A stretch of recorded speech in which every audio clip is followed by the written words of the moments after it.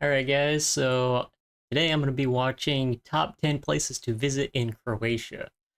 Um, I watched a video the other day about places in Europe, and then I saw Croatia, and then I realized I don't know anything about Croatia, and it looks really cool, so um, just really excited to see what I can learn about Croatia in this video, and where the cool places are, so let's get into it. What's up guys, my name is Ryan and I just returned from exploring Croatia and I want to share with you my favorite places, so here's my Croatia top 10.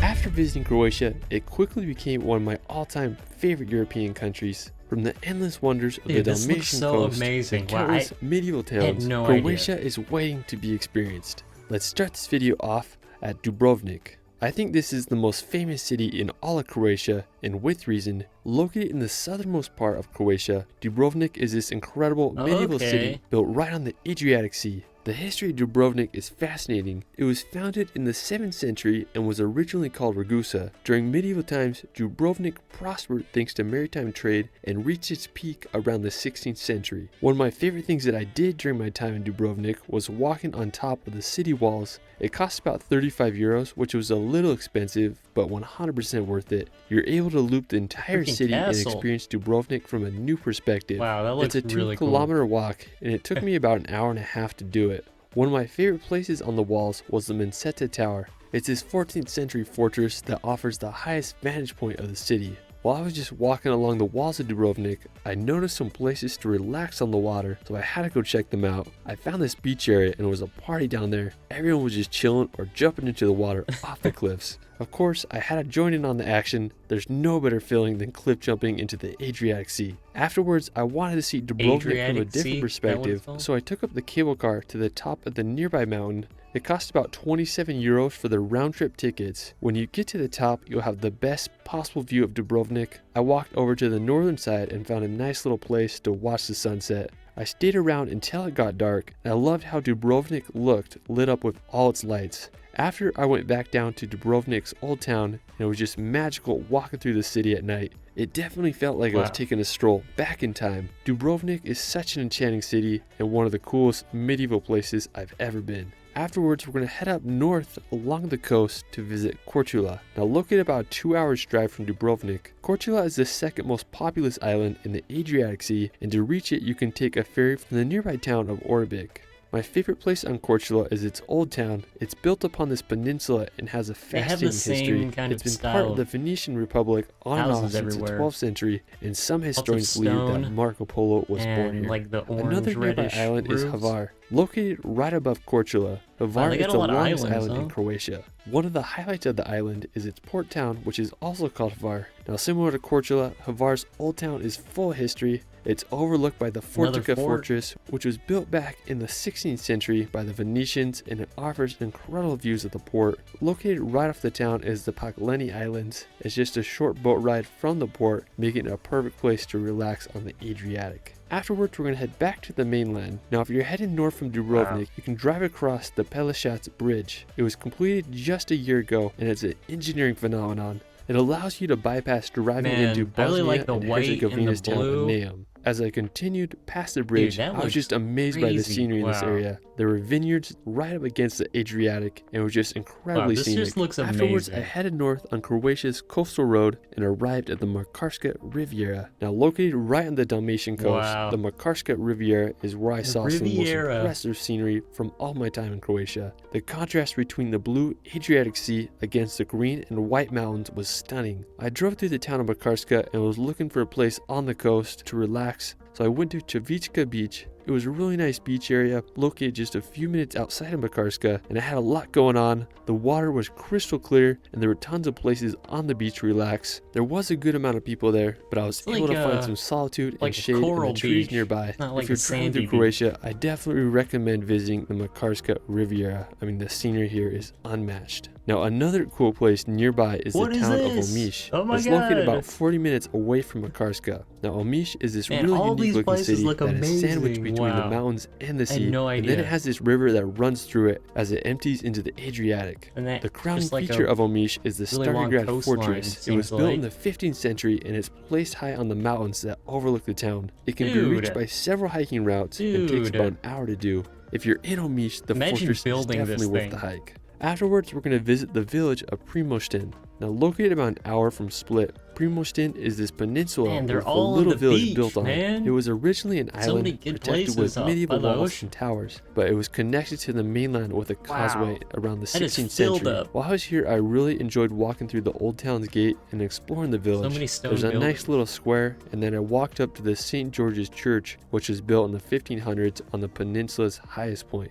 There's also a ton of beaches around Primošten's old town. I enjoyed just chilling on them while enjoying the water and views of Primošten. I mean, definitely a charming little area worth checking out. Now, if you keep driving up the Was that a coast on heart? your way to Zadar, Heart you'll come Island? across the Galishnak Island. It's this extremely unique island that's shaped like a heart, and the scenery around it is absolutely beautiful. Afterwards, we're going to head into Croatia's interior to visit the Plitvica Lakes National Park. Located about a 2 hours drive from inland. Zadar, Plitvica Lakes is one of the most famous places in Dude, all the of water Croatia. is so I remember crystal seeing clear, pictures like, of this place everywhere. years ago, Ocean, and I've been wanting to inland. see them in person ever since. The area is renowned for its crystal clear terrace lakes that are connected by beautiful waterfalls. I was here during the high season and it cost about 40 euros for me to get in, which I thought was a little expensive, but during other times of the year it's cheaper. After I entered the park, I went down to the boats at entrance 2 and crossed the lake. I started walking on the wooden pathways that go over the water and through the forest, and it was incredibly beautiful.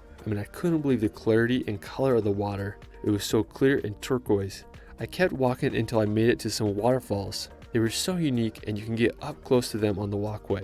I mean, it would be amazing if you could swim here, but unfortunately it's not allowed in the park. I will say Plitvica was extremely crowded when I went, so if you do come, I recommend visiting right when it opens or coming during the off season. Seems really One busy. thing I definitely recommend doing Wow. while you're there Look at is that. going to the Veliki Slap waterfall. It's best accessed from entrance 1. I didn't know about it when I went, and it's definitely a regret of mine for not seeing. Afterwards, we're going to head back to Croatia's coast to visit the island of Pag. Famous for its incredible beaches and moonlight landscapes, Pag is one of the largest and most beautiful islands in Croatia. To get to Pag, you can drive over the Paški Bridge, which connects This Pag just to the looks mainland. so Now, compared to other islands incredible, in like the Croatia, blue Pag is very with the barren white. and reminds me of a You know, Greek there's, like, island no like Crete green. or There's, like, no Santorini. green. While I was on Pag, Just, I was like, looking for beaches to visit, so much and I decided to contrast. check out the Beretnica Beach. It's this beautiful area only accessed by hiking into or taking a boat, and it had these 3 unique boulders in the water that kind of reminded me of a mini Kalagolarice. Now, to get to the beach, I walked on this lunar-like landscape, and it took me about 30 minutes to get there. lunar. When That's I a good way arrived, to I was describe blown it. away by the scenery. There were barren cliffs contrasted with the blue waters of the Adriatic. I spent some time swimming around the boulders, and I just had a great time chilling here until the sunset. If you want to visit one of Croatia's most unique islands, you gotta give Pag a visit. Afterwards, we are going near the top of Croatia to visit the medieval port of Rovinj. Now, located on the Istrian Peninsula on Croatia's western coast, Rovinj is one of the most beautiful medieval fishing towns I've ever seen.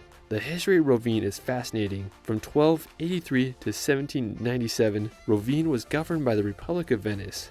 After the fall of Venice, it became part of the Austrian Empire until World War I, and from 1918 to 1947, it was part of the Kingdom of Italy, but today it belongs to Croatia and is one of its most beautiful cities. When you walk the streets, you'll feel like you're in Italy due to its Italian influence. One of the most beautiful features of the city is the Church of St. Euphemia. It's perfectly perched on the hill on the Got the highest part of the best town. It was piece of completed real in estate 1680 for the and church. stands over 60 meters tall. I mean, Rovinj is such a special place I hope you all can experience. For our final destination, we're going to visit the island of Dugi Otok.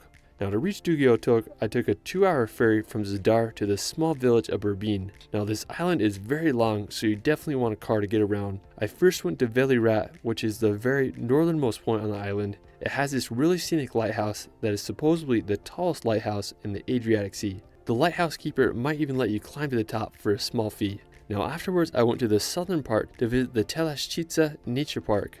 I mean, this area was extremely What is beautiful. with this It had a blue bay full water, of man? islands, It's, like, and then blowing there was my this really nice mind. beach area with a little restaurant. It cost about 10 euros to get in. Now, the main reason I wanted to come here was to see its cliffs. It was just a short hike to reach them, and the views were amazing up there. Some cliffs rose over 100 meters from the sea, and I just love the white color of them. Now, another one of my favorite features of the area is Mirror Lake. It's Oh, a that's a salt lake lake? positioned in a very Like a peculiar freshwater place, lake? as it's on this skinny peninsula surrounded by the sea. I love the contrast between the dark blue colors of the Adriatic with the cliffs and the turquoise color of Mirror Lake. I mean, just such a unique place. Now from there, I could also see the Kornati Islands, which is home to some of Yeah. Croatia's best untouched nature. It's an archipelago with over 140 islands and islets, and to fully experience them, you can go on a full day boat tour. I mean, I was running short on time this trip, but I'll definitely be back to experience them. As I was finishing my time up on the island, I went to this place called the Dragon's Eye. It's this natural pool that was way fun to swim in. There's also this sea cave nearby that I tried to get into, but I was all alone and too scared to go in there by myself, so I gotta come back another time to conquer my fears and check it out. Well, that is it for my Croatia top 10. There's still endless places to visit in this country, so I'll be back for part 2. Let me know where your favorite place is in Croatia in the comments below. You can find me on Instagram and TikTok Man. at shirley.films. It's Ryan, and we will see you later. That was a good video. That was really good. Man, Croatia is... This is amazing. I didn't know that it was just, like, on the ocean. So, wow, I don't know. What's my favorite place out of all he mentioned? Like, they all have something I like. Like, I really like the mountains, like this, and the ocean, everything. I just think that looks great. But man, I can't pick. I'd say my favorite might be probably Dubrovnik. Probably Dubrovnik. This place just seems like really cool, and I like that you can go up on the mountains and like look over the city, and it's got like this fort. I think this is really cool. But I definitely like the other ones, like something like this, or I don't know, like this. This just looks really crazy too. It's like the moon, but not really. Yeah, I don't know, but yeah, this was a great video, man. Croatia, I had no idea. Definitely one of the places I really want to go to now. So, uh, yeah, tell me what you think about Croatia, and I'll see you next time.